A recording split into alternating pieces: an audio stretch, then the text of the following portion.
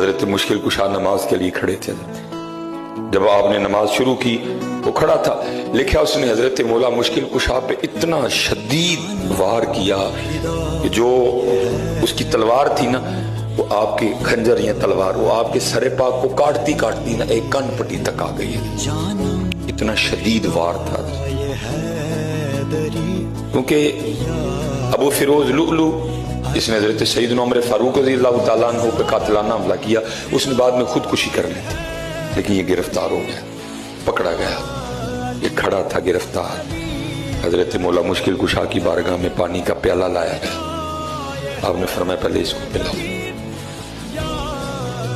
Karbala वाले, अली वाला कहना आसान है, बनना औखा।